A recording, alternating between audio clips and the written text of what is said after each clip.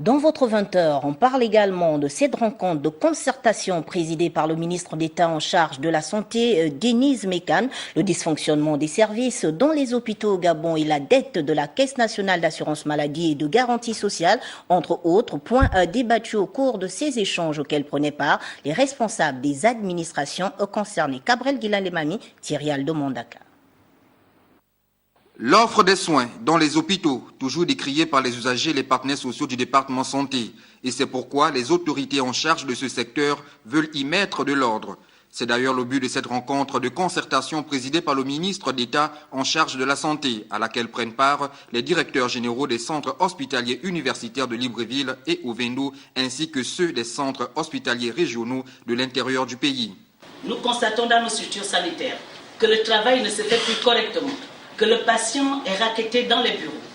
Nous constatons dans nos hôpitaux que les services de chirurgie ne fonctionnent plus. Les chirurgiens préfèrent aller donner des prestations au privé, mais viennent réclamer les quotes-parts à la santé.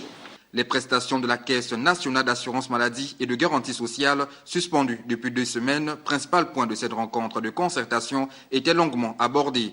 La CNAMJS, de son côté, s'illustre dans une communication désordonnée, car nous avons tous entendu un responsable de la communication de la CNAMJS dire que la dette de la CNAMJS vis-à-vis des hôpitaux a été payée à plus de 85%.